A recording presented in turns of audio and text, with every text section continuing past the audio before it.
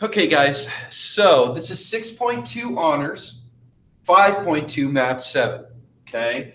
So we're going to solve two-step equations. It says, how can you follow two steps to isolate the variable and solve an equation?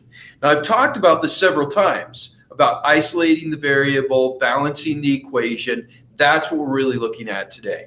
Okay, so first I'm going to look at example 3 here. Okay, so I'm going to scoot this a little closer so you guys get a closer look after that. If you need to, you can go back and look at some of the other, you can ask questions, or sorry, you can go back and freeze it if you need to write some of that stuff down. Okay, so example 3 said this. Christy ran 24 laps in a charity run and then walked 0.2 of a kilometer to the presentation table. The total distance Christy traveled was 29 6/10 kilometers. What was the distance of each lap? Explain how you solve the problem. Okay, so look, first of all, we know it's a total. It's 29 6/10. Okay, that's the total amount. So we're going to put that to is. The one thing we don't know about is the laps. We don't know how far each lap is, but we do know how many. And that's why it ends up being 24x, because no matter what distance it was, we can multiply it by 24, and that should be part of the 29 6/10 kilometers. And then we know that she also walked over to the presentation table, okay, and that was 0.2 of a kilometer. Okay, so each one of these, see how I added that to it, we're going to go through. Now, here's what we need to understand, okay? When we do this, we're going to isolate the variable. Now, this is, when you say 24x, 24x is one term. So what I have to do first is I have to separate the terms. In other words, I would go like this, okay? So I've got a positive 24x and I've got a positive 0.2. What I want to do is I want to get rid of the terms on this side of the equation so that I can isolate x and put it by itself, okay? So the first thing I'm going to do is I'm going to get rid of this 0.2. Now, the way I do that is we do the opposite. In other words, if we're adding and subtracting, we want it to add and subtract to equal 0. If I'm multiplying or dividing, we want it to equal 1 because anything multiplied by 1 is itself. So since I'm adding 0.2 here, I'm going to subtract 0.2. See, if I subtract 0.2, that equals 0. And then 24x plus 0 is just 24x. However, and this is called the subtraction property of equality. This is the subtraction property of equality. The second part is equality. You know why it's subtraction now, but equality is because we have to keep it equal on both sides of the equation. In other words, on both sides of the equal sign. So if I'm going to subtract 0 and 0.2 here, I also have to subtract 0 and 0.2 here. This ends up being 29 and 4/10. Now, at this point, you can see we've simplified it more, right? But I still haven't isolated x. X still needs to be by itself. Now, at this point, we are multiplying, so I need to do the opposite. And this is what I was talking. This part added to 0. This part, I'm going to divide, and this is the division property of equality. I'm going to divide by 24 because 24 divided by 24 is 1. Anything divided by itself is 1. 1 multiplied by x is simply x. Okay, guys? However, based on the second part of that property, I have to divide this by 24 also. So I have to divide both sides of the equation by 24 in order to keep them equal. Now, when I do this division, then we find out that each lap is 1 225,000ths of a kilometer. So that is each lap. So we are still doing the isolating the variable and balancing the equation. Okay, guys?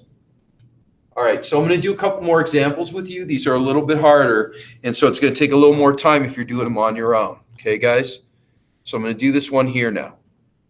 Okay, so this is 22 equals 3/5 x minus 11. Okay, so we're going to solve this the same way. Okay, the first thing I'm going to do is I'm going to separate. I realize that I need to get x by itself, right? I need to get x by itself. So I'm going to separate the terms. I have a negative 11. That means I'm going to add 11. But if I do it on this side of the equation, to balance it out, I also had to add 11 over here. These cancel out. Okay, so they're gone. This equals 0. Okay, and this plus 0 is just simply 3/5 x. So this ends up being 33. And it's equal to, now this is where it gets a little more complicated. We haven't done this yet either. 3/5 x. Now I still want to get x by itself. Now remember, we're multiplying here. So when we multiply, we need to multiply to equal 1. If we have a fraction, then what we want to do is we want to multiply by its reciprocal. Multiplying by its reciprocal, if we cross cancel, these cancel each other out, and the only thing that's left here is x. However, and this is the multiplication property of equality, okay? So if we do this, though, I have to multiply by this side by the same one. In other words, I'm going to put this 33 over 1. I'm going to multiply it by 5/3. Do not forget, guys, when you're multiplying two fractions, to go through and cross cancel. In other words, I'm going to divide both of these by 3. 3 divided by 3 is 1. 33 divided by 3 is 11. Then we can multiply straight across, and we get 55. X is equal to 55. This is one of the harder concepts for people to understand, that when you're doing this, you need to multiply by the reciprocal. Okay, guys? So I plan on doing plenty of these examples in class to help you guys out. All right, so that was from Excel number 8. Now we're going to go to Excel number 9. Excel number 8 was our challenge question. This is going to be our next challenge question. Okay, guys? I just realized that both of these were pretty hard, so I wanted to make sure you guys understood them. Okay? Okay, so here's what we're looking at. Again, we are going to isolate this variable. We're going to get it by itself. So I'm going to separate these, and the first thing I'm going to do, since I'm adding 12 and 2/5, I'm going to subtract 12 and 2/5. And this is what makes this a little bit harder, because I have to come over here and subtract 12 and 2/5 from 49. And some of you are still having problems when you're subtracting mixed numbers. So you have to understand that I need to borrow from this 49 and make this 48. And then there's one left over, which we're going to make 5/5.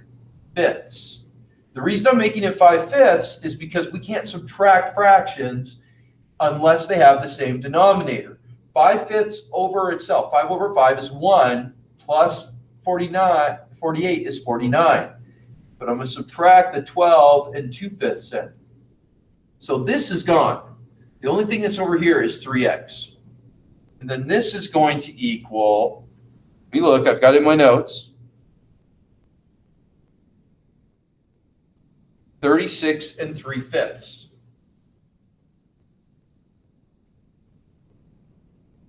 Now, this is what's tough, guys. Again, this is why I did this one, because it's a long problem. I'm still isolating x, but this time it's multiplication. That means I'm going to use the division property of equality and divide by 3. 3 divided by 3 is 1. 1 times x is x. This is canceled. But I have to divide this by 3 also. Now, we learned how to do this. This is a complex fraction, a complex fraction. So you should know how to do this. I'm going to take the x out of here for a moment. Okay? Now, here's how we do this. Every fraction is a division problem. So this is 36 and 3/5 divided by 3. Okay? This equals, because I have to turn this into an improper fraction, this equals 183/5. Okay? In other words, 36 multiplied by 5 is 180, plus 3 is 183. And then I don't divide fractions, because I'm going to put a 1 here. I don't divide fractions. I multiply by the reciprocal.